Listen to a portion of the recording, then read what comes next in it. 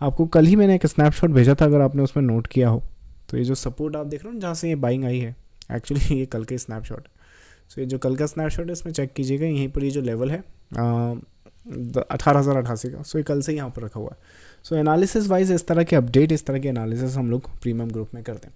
चलिए, सो बात कर लेते हैं एलियट वेव के बारे में, क्यों ये आपके लिए काम नहीं कर रहा है, या फिर क्या यहाँ पे प्रॉब्लम्स आती है और उसे कैसे टैकल कर सकते हैं, और उस चीज़ का सोल्यूशन क्या रहेगा। सबसे पहले एलियट वेव की जनरल डेफिनेशन समझ लेते हैं। तो वेव एनालिसिस या फिर एलियट वेव एनालिसिस हम कहें तो ये मार्केट को एनालिसिस करने की एक टूल है या फिर एक मेथड है, जिसके थ्रू मार्केट की फर्स्ट कैंडल से लेके मार्केट की आखिरी कैंडल तक की सारी इन्फॉर्मेशन, ये सारी जो थ्योरीज है, मतलब मार्केट जिस तरह से मूव करता हुआ जाता है, ये सारा वेव एनालिसिस के थ्रू मार्केट को रीड किया जा सकता है। मतलब कि मार्केट में करेक्शन को रीड करना और मार्केट में मोटिव को रीड करना, ना सिर्फ पुराने डाटा पे, जैसे ये तो मैं आपको देख कर बता रहा हूँ कि ये करेक्शन है, ये मोटिव है, ये मोटिव है, फिर ये करेक्शन, राइट। ये पास्ट डाटा पे तो आप कर ही सकते हैं एलियट वेव के थ्रू, लेकिन इससे चीज़ें प्रोजेक्ट कर सकते हैं, कुछ प्रोजेक्शन की। आई मीन जो भी एग्जांपल मेरे पास रेडी है, वैसे तो आप यूट्यूब का जो चैनल है वहाँ पर देख सकते हैं कि किस तरह से फ्यूचर प्रोजेक्शन हम लोग करते हैं। बट ओवरऑल जो वेव एनालिसिस आप लोग जिस वजह से इस टूल का यूज़ करना चाह रहे हो, वो ये कि ये आपको फ्यूचर का जो एक्यूरेट एंटिसिपेशन है कि मार्केट इस लेवल पे खड़ा है, इस पैटर्न की तरह दिख रहा है, और इस पैटर्न पे दिखते हुए मार्केट इस तरह से वहाँ पर जा सकता है। मतलब जनरली आप moving average, super trend, support, resistance, कोई भी मेथड यूज़ कर लो, आपको ये पता चलेगा ज़्यादा से ज़्यादा कि 18,000 का सपोर्ट है, 18,000 से हम यहाँ पर जाएंगे। पर एलियट वेव एनालिसिस में आपको ये भी एंटिसिपेशन हो जाती है कि यहाँ तो जाएंगे, पर क्या हम यहाँ पर करेक्टिव जाएंगे, या फिर यहाँ पे इम्पल्सिव जाएंगे, या फिर यहाँ पर स्ट्रक्चर जो है उसकी इनवैलिड कंडीशन कहाँ पर आएगी, जहाँ पर आप टोटल डाउनसाइड या रिवर्सल वहाँ पर प्लान करोगे। सो सब कुछ वेव एनालिसिस में एंटिसिपेशन भी कर सकते हैं, और पीछे का जो डाटा है उसे 100% एक्यूरेसी के साथ रीड कर सकते हैं। पीछे के डाटा की बात कर रहा हूँ, मतलब कि कई लोगों को तो यही यहाँ पर श्योर नहीं होते कि ये जो पीस है यहाँ बन गया है, अब इसे करेक्शन माने या फिर इसे इम्पल्स माने, इसे माने क्या, राइट। सो वो तो पास्ट डाटा पे बना है। सो पास्ट डाटा पे जो आइडेंटिफिकेशन है वो आपकी 100% रहेगी, और कुछ पैटर्न्स की फ्यूचर प्रोजेक्शन, अगर फ्यूचर प्रोजेक्शन देखें तो कुछ 95% की एक्यूरेसी के भी पैटर्न है। एक बैंक निफ्टी का स्ट्रक्चर आपको याद होगा, राइट। रिसेंटली हमने एक नेचुरल गैस की मैं आपको एग्जांपल बताऊंगा, जो नेचुरल गैस करंट मार्केट पे चल रहा है, तो यहाँ पर हाई एक्यूरेसी पैटर्न भी होते हैं जो आप स्टडी कर लेते हैं ना। यहाँ पर रीजंस क्या होते हैं ट्रेडर्स में, जो मोस्ट प्रॉब्ली या तो एलियट वेव को समझना नहीं चाहते, या फिर समझ में नहीं आता, या फिर बहुत मुश्किल होता है।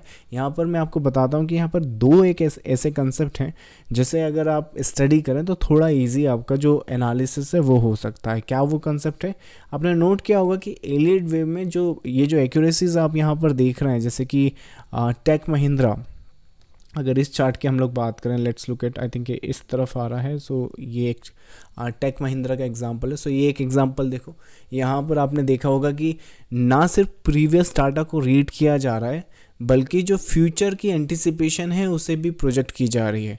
सो ये वेव एनालिसिस के एडवांटेज हो जाते हैं कि इसमें आपको ये तो पता चलता है कि वहाँ पर हम जा रहे हैं, पर ये भी पता चलता है कि हम किस तरह से जा रहे हैं। सो एक ये टेक महिंद्रा का एग्जांपल हो गया।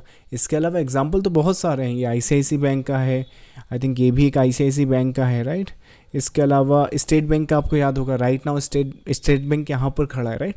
तो ये सब कैसे कर पा रहे हैं, ये वेव एनालिसिस के थ्रू कर पा रहे हैं, और वेव एनालिसिस में करेक्शन और मोटिव दोनों को रीड करने की मेथड होती है।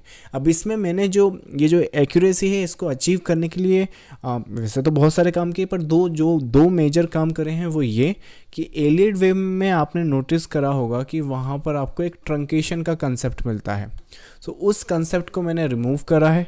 सो उस कंसेप्ट को हम लोग फॉलो नहीं करते। कई लोग ट्रेडर्स रीड करते हैं अपनी वेव, उसके बाद वेव में इस तरह से कंप्लीशन आता है और यहाँ से नीचे पीस चला जाता है। तो इससे वो यहाँ पर, जब वो यहाँ पर होता है तब तो उन्हें पता होता नहीं कि ट्रंकेशन है, जब मार्केट सीधा यहाँ पर चला जाता है तब उन्हें अच्छा लगता है कि आप, क्योंकि यहाँ पर आपको एलियट वेव की जो लेबलिंग है वो फिक्स करनी है, क्योंकि आपको 5 वेव का मोटिव बनाना है। तो अब आप यहाँ पे क्या करोगे कि यहाँ पर 4 लिखकर इसको बोलोगे कि ये ट्रंकेशन है, और फिर इसके बाद आपका ABC है, उसके बाद फिर आपका ये नेक्स्ट पीस, आपका नेक्स्ट मोटिव आए।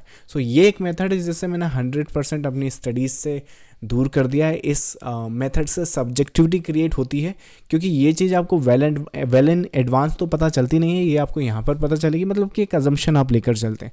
तो इस मेथड को दूर कर जो अब क्योंकि दूर करा है तो ऐड क्या करा है, तो इस वेव में आपके 3 मोटिव बन जाते हैं।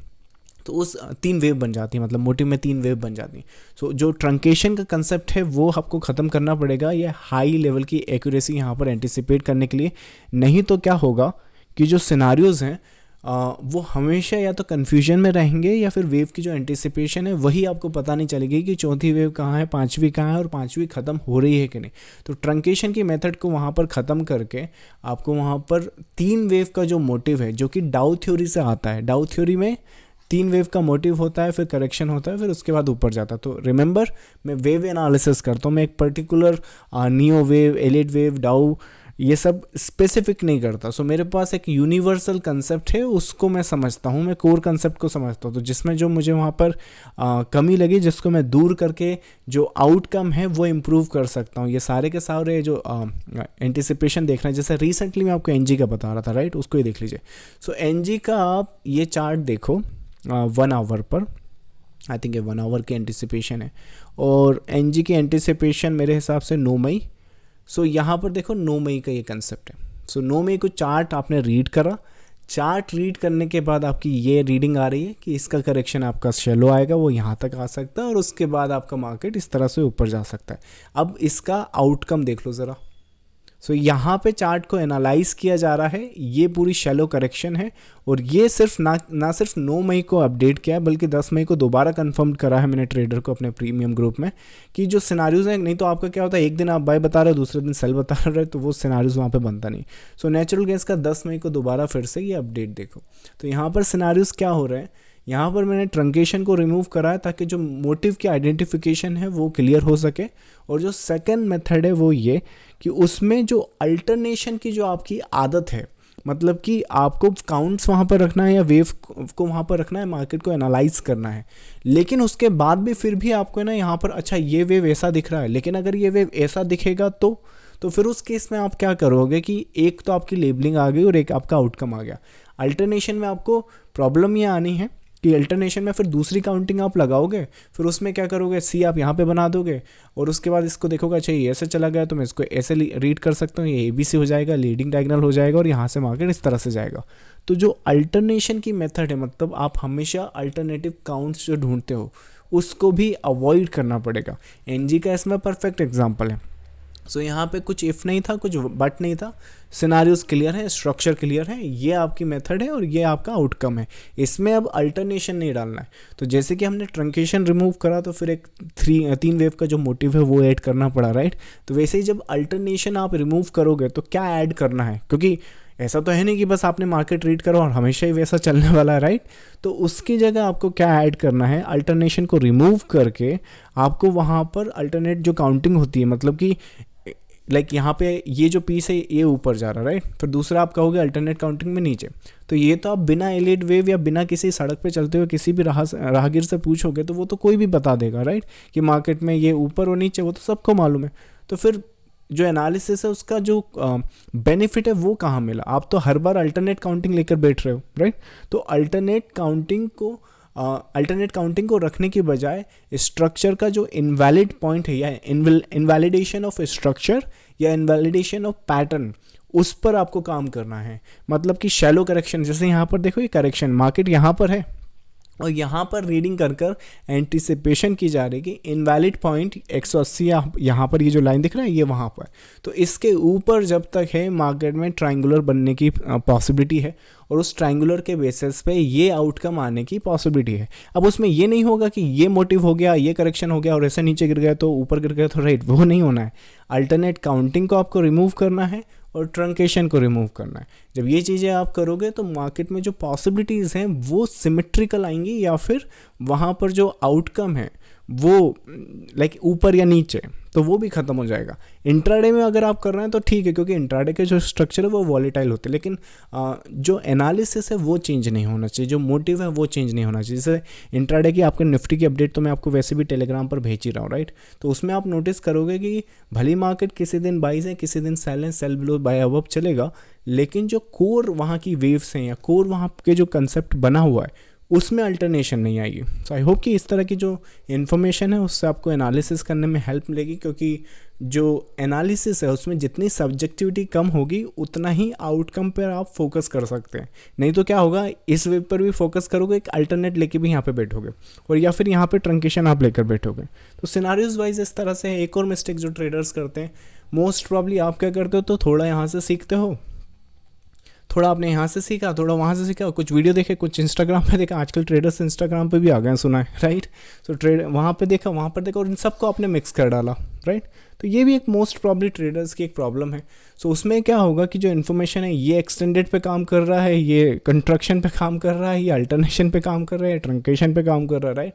और उसको आप मिक्स करके काम चलाने की कोशिश कर रहे हो, तो ऐसा नहीं होता। That is the main reason I think जो ट्रेडर्स के लिए कोई भी ऐसे तो फिर आपका कोई भी एनालिसिस काम नहीं करने वाला, राइट। सो जैसे कि रिस्क रिवॉर्ड हो गया, आप किसी भी टाइप की मेथड यूज़ कर ले, लेकिन अगर आपका रिस्क रिवॉर्ड ही सही नहीं है तो आई डोंट थिंक कि फिर आपको कोई भी मेथड हेल्प करने वाली है। सो कितना टाइम लगता है ये सब ठीक करने में, जैसे आपने जैसा हमने आज डिस्कस करा है, तो इसका ये मतलब नहीं है कि कल से ही सब कुछ ठीक हो जाएगा, but most probably in methods पे आप काम करोगे तो धीरे धीरे आपको अपने एनालिसिस पे इम्प्रूवमेंट दिखना स्टार्ट हो जाएगी। चलिए, so that was the session. इस पर अगर आपकी क्यूरीज हैं तो मैं आपको 1 मिनट देता हूँ सेशन पे क्यूरीज पूछने का, and then I will start answering. Thank you. चलिए, सो अदर देन दैट आपको खुद से वेव एनालिसिस सीखना है तो वेबसाइट पर जाकर बुक से रीड करके आप खुद से सीख सकते हैं, पर कौन सा अल्टरनेट है, कौन सा वेव 4 है, ये सब आप छोड़कर अगर आप चाहें तो प्रीमियम ग्रुप ज्वाइन कर सकते हैं, जिसमें कौन सा वेव कौन सा है वो सब मेरा हेडेक रहेगा। सारे सिनारियोज मैं आपको होने से पहले अपडेट करूँगा, प्लस इसको एडवांटेज भी लेंगे हम कि जैसे कि ये वेव है तो कहाँ पे आप टारगेट रख सकते हैं, कहाँ पे पोटेंशियल एसएल हो सकता है, कहाँ पर पॉसिबिलिटी एंट्री हो सकती है, किसके अब आप किस ब्रेकआउट को आप ट्रस्ट कर सकते हैं, किस ब्रेकआउट को आप फॉल्स कंसिडर करें। तो ये सब कुछ मैं अपने प्रीमियम ग्रुप में बताता हूँ। इसका लिंक मैं आपको इस सेशन के बाद भेज दूंगा। चलिए, so with that said done, I will see you in the next live session with the next subject. Thank you so much, bye bye.